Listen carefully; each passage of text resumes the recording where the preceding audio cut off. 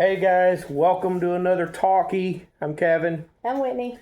and today we're going to be having kind of a fun video. This is a movie we just watched. This is my second time I've seen it. I think it was your first time. My first time seeing it. It's called The Hunt. I do not remember who directed this. Do you? We've got our information, so let's check it out real quick. It's not saying. It's okay. Hold on, guys. Sorry. She's going to look it up. It is it's a action comedy horror flick, I guess. Craig Zobel. Who? Craig Zobel. Craig Zobel. Okay. So, yeah, this movie is hilarious, but it's also like it's got some dark humor in it, and it could be considered a horror film only because of certain elements in the film and the fact that it's extremely gory. It is categorized as an action thriller. Right. So that kind of defines it, but it is a dark comedy too. Yeah. And it stars a lady named Betty Gilpin. Before that, I did not know anything about her. I don't know anything else she played in up to that point. I have seen her before, but she was fantastic in this movie. This movie is so much fun. It also stars Hilary Swank in a role that I can't stand her in. Yeah. Definitely not her kind of character. No. So basically, this is kind of like the Hunger Games meets.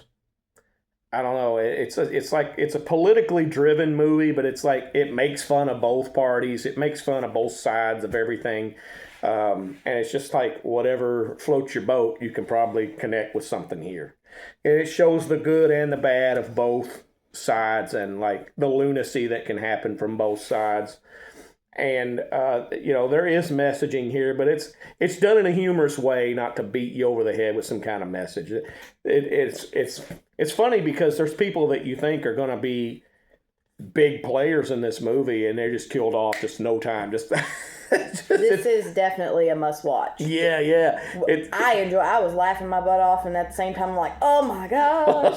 It's hardcore too. It's like Hunger Games meets Final Destination in a way, because some of the death scenes are very elaborate. But it's kind of like a game of Saw too. Maybe. Yeah, a little bit. A little, not so excessive, but like little traps sprinkle of it. Yeah, definitely. And it's fun because like you've got these. It's all about these elitist people who kind of live on the fringe of they're anti this and that, and so they want to make a game out of attacking people who are on the other side. Is basically how it is. So yeah, you've got these people who don't tote guns and aren't big, gun people. Hunting people, little goody two shoe people. Yeah, some of them are. Yeah, they're hunting people that are pro gun and pro, pro First and Second Amendment, and it's like our political parties basically hunting each other down. So like storyline, you got these group of people wake up in the middle of the woods, and they all got gags in their mouth, and on the back of each one of their gags is a strap with a padlock. Right. They all pretty much that come out of the woods. They're meeting in the middle. There's this big crate in the middle of nowhere. And, they're all trying to get to it and see what it is. And crowbar's available. This guy goes up to it. And he opens it. And this pig that's dressed up comes out. Random. But he comes out. And they're all looking at each other like what they're supposed to do. And then this guy just pulls this rack out. And it's got... guns and knives and just all kinds of grenades, all kinds utensils. Of stuff. Yeah. And then everybody picks a weapon. Gets deep. Everybody gets a weapon, and all of a sudden they start getting shot at, and people's getting their heads blown off and everything. And it's like you think you know who the heroes of the movie's going to be, and then it just 180, they're gone. Like you don't know who it is until you see this lady show up, and they were calling her Snowball or whatever. Yeah. They had names for each one of the people, and you can hear them on their walkie-talkies. Snowball's on the run, blah, blah, blah, that kind of stuff. Yeah, they're like hiding out good. Yeah. But still got tabs on all these people that they have put gags on and set up for failure pretty much. Yeah. And there's a couple of them come to this convenience store and there's this old couple that's running the convenience store, and they seem really like old fashioned and blah blah blah, and they're like, "What state are we in?" And was it Nebraska or Arkansas? It was Arkansas. Yeah. And mind you, Amy Madigan Madigan. is the old lady from the shop. Yeah, yeah. I will say she's a little bad A. Yeah, Amy Madigan, for those that don't know, she was in Weapons. She played Aunt Gladys in Weapons. She's been in a ton of other stuff, but that's her most recent big thing. She plays her characters well. Yeah, she does. She did pretty good in this one. She had me rolling. But the stuff they talk about, it's like they're so worried about using offensive words and all this kind of stuff, but then they're turning around and blowing people's heads off. It's insane. Well, I think at first it was like part of the character, like they were trying to be good Southern people, welcoming to the town. Yeah. But then they get on the walkie-talkies and they're the ones that are on the hunt for you. Yeah. They blur the lines between absurd and like, are they telling the truth, or are they serious about what they're saying or what they believe? Because it sounds like they're just virtue signaling a lot, so they don't sound like they're being bigots or whatever with some of the stuff they're saying. Because she's correcting her husband, is like, "Don't say that. That's not politically correct anymore," or whatever it is. And he was like, "Well, they know what they are. They're dead. Blah blah blah." He don't care. But like. Betty Gilpin walks into the store, and these people have already unleashed on these other people, and they're hiding bodies. And they were like a group of, what, 3 or 4? Yeah, 3 or 4 of them, and they just got butchered in there. Took them out like they was nothing. Yeah, and then Betty Gilpin walks in there, and... buy a pack of cigarettes. Wants to get a pack of cigarettes, blah, blah, blah. And I can't remember what the lady says that throws her off. But the lady says something, and Betty knows she's lying. And she's like, "You done messed up," as I'm saying it politely, and she just boom. And from then on, you're just like, "Oh, this lady is the one." She is like, we need more Betty Gilpin movies, guys. Yeah, this lady, I loved her in this. I hope they make a sequel. Yeah. She don't play no games. No, she don't. And she can see when you're lying straight through your teeth. Yeah.